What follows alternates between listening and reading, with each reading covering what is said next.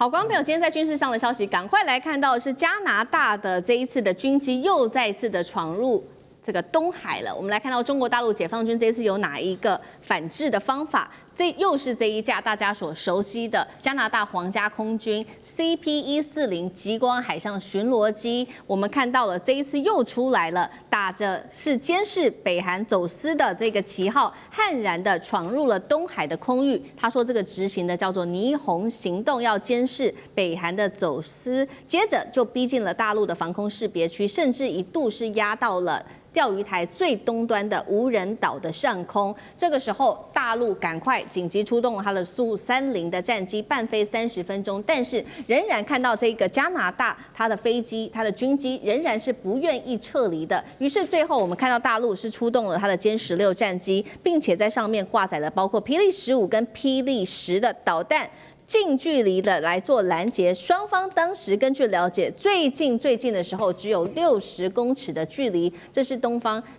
方的这个底线的一个宣示。因为我们看到，其实加拿大做这样子的动作早就已经不是第一次了，过去在这几年都可以看到它不断的在测底线哦。我们先来看到这几年，2022年的时候，当时一架同样又是 CP-140进入到中国大陆的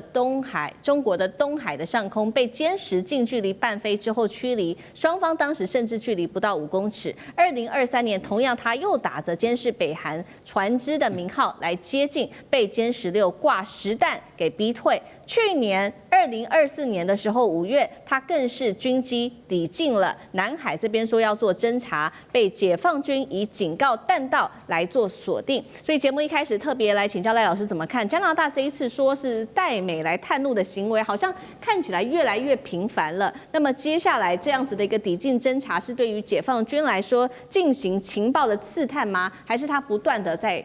讲述这个中国威胁论的理论？老师怎么看？我觉得在渲染中国威胁论的成效比较大，然后情报收集的效果比较低，因为他知道解放军的雷达一定可以看到他，解放军的战机也一定会去把他驱离啊。但是他明明知道解放军都会来，而且都看得到他，那他为什么还要来？那这个就是预期你一定会来嘛，所以我就故意让你来，来了以后我就可以渲染制造，因为美国人。我觉得背后的一个引武者都是美国了，基本上加拿大不是一个咖了啊，但是加拿大会这样做，五眼联盟的国家都要这样做，那是美国的要求，那就有一个目的，这个目的就是我先制造中国威胁这样一个概念，我先制造出来，接着我开始渲染，接着我就再透过这种摩擦说，你看这个就是事实，然后接着就让中国周边的国家。都有这种不安全感，因为中国的块头越来越大嘛，14亿人口的中国大陆，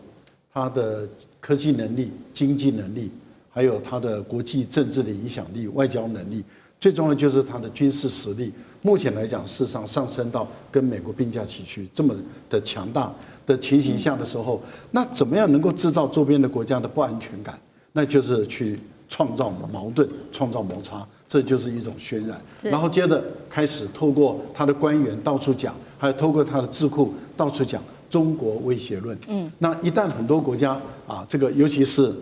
脑袋像猪一样的那些国家啊，如果就相信美国人说，哎呦，中国有威胁了，那他就是要不就是脑袋像猪一样，要不就是他故意装成猪一样。为什么？因为各位想想看，目前来说，从2次大战以后啊，我们严格意义上来讲。中国大陆没有去侵略任何一个国家，即使它目前这么的强大，它完全可以靠力量，打败韩国、打败日本、打败菲律宾、打败任何周边的所有的国家，甚至要统一台湾，它有这个能力啊。但它为什么不这样做？就是因为他不愿意采用美国人的这种手法。你看，美国人强大了以后，就打阿富汗、打伊拉克、打叙利亚。打利比亚，现在要打委内瑞拉。对，但是为什么没有人说美国威胁论？就是因为中国大陆没有去制造美国威胁论嘛。可是美国人一直在制造中国威胁论，那目的很简单，就是让周边的国家感觉到恐惧。然后他们感觉到恐惧以后，他们就愿意啊，就是让美国人去驱使，然后增加他们的国防经费。台湾的那些人也是如此嘛，就是都在演戏。演这么一场猴戏来增加国防预算。是好，我们刚刚特别从这个军事外交的角度来去解析加拿大这一次的动作。不过，我们也来实际看一下这一架飞机好了，因为被说是它可能是歼16 AI 的制胜版本，它跟传统的版本开始出现了一些不一样的变化。说这个后座的座舱是空的，代表的是传统双人机组可能已经被 AI 协同作战的系统都给完全的取代了。那接下来就可以做的就是人机协同，还有无人机蜂群一起来做，将使得空战节奏可以全面加快。委员怎么看？首先，我们先了解一下歼16，它是一种双座的重型战机，而且可以携带很多的武器，所以外号叫做炸弹卡车。那这一款呢，有2个人，前面的当然是主要飞行员，后面的叫做武器系统官。那武器系统官做什么用呢？第一个，他要做搜索；第二，他要做锁定；第三个，他是攻击。那这个有什么差别呢？第一个，在搜索的时候，它可以用这个各种雷达系统来搜索，可以跟地面联系啊，可以跟很多的你找得到的自己的这个这个雷达系统啊，来追踪敌方的这个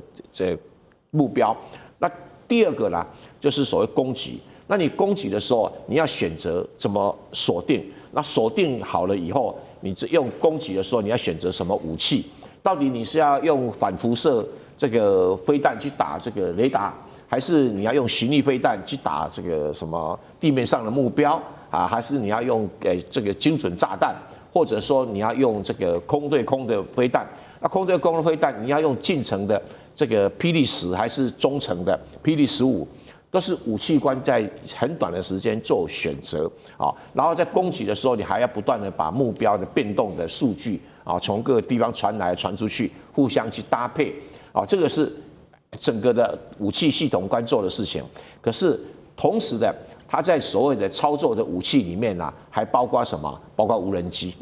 无人机跟它可能同时在进行，而且它能够做敌我识别，不要打到自己哈。所以敌我识别系统通通在这个所谓的武器系统官的控制范围里面。那当然，真的要攻击的时候，也是由那个前座的飞行员下令的，可是他先准备好。那现在已经进展到一定程度，就是歼16这个后面的武器系统官有局部的功能，已经能用 AI 系统来承担这个任务，所以比较轻的任务哈，不是太重的任务，比较轻的任务啦。基本上就可以由 AI 系统来取代了。但是如果真的很繁重的、很激烈的作战，可能还要武器系统官亲自上场。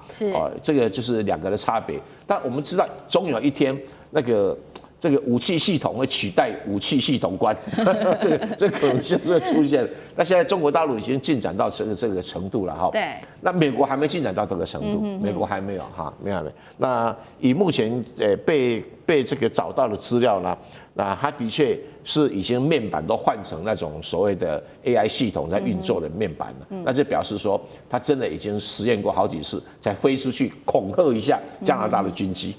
好，我们刚刚看到的是大陆这个空中战力歼16的这个升级哦。那另外一方面，我们也要来看到它的海上力量同样有在做升级，这是来自于央视官宣的最新消息曝光。我们赶快来看到这一架，它是最新的隐身攻击无人机攻击21正式的部署在福建号的航母上面了，代表大陆的海军正式的迈向无人化的舰载战力时代。未来甲板上大家很期待的是2架，包括了刚刚提到的攻击21这个是无人的嘛，那再加上歼35隐形战机，大家就在看说它是否可以一起同时出击。那如果未来组成了所谓的空中刺客，再加上歼15T 还有空警600在后方支援，美军挡得住吗？厉将军怎么看？我们都知道，在俄乌战争之中，我们发现了无人机已经改变了陆上作战的一个格局哈。那海上无人机来讲的话，也势必会改变海上海战的一个格局。那为什么我们这样讲呢？比如说，我们以这次攻击21来看的话，它是这个福建号跟076的舰载机，你看它的这种作战半径就高达1500公里。另外第二个来讲的话，它因为体积比较小，那翅膀又可以折叠起来，所以它在这个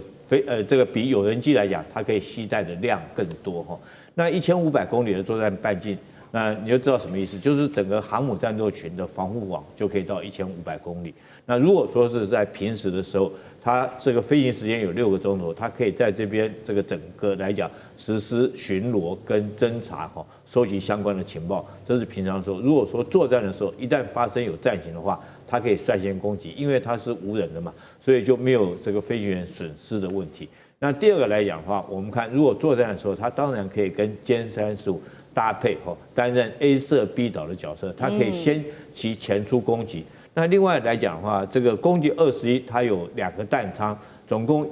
可以携带8枚小型的这种空对空的导弹。那你想想，如果他在前面，他先打第一波，担任踹门者的角色，那歼35在后面，那其实后面还有一架飞机就是这次来讲，这个福建号上面所谓的空警600，所以很完整的可以构成一个作战的体系，就是 A 射 B 岛。那既然这个攻击21无人机这么重要，那美军为什么不做呢？其实美军有做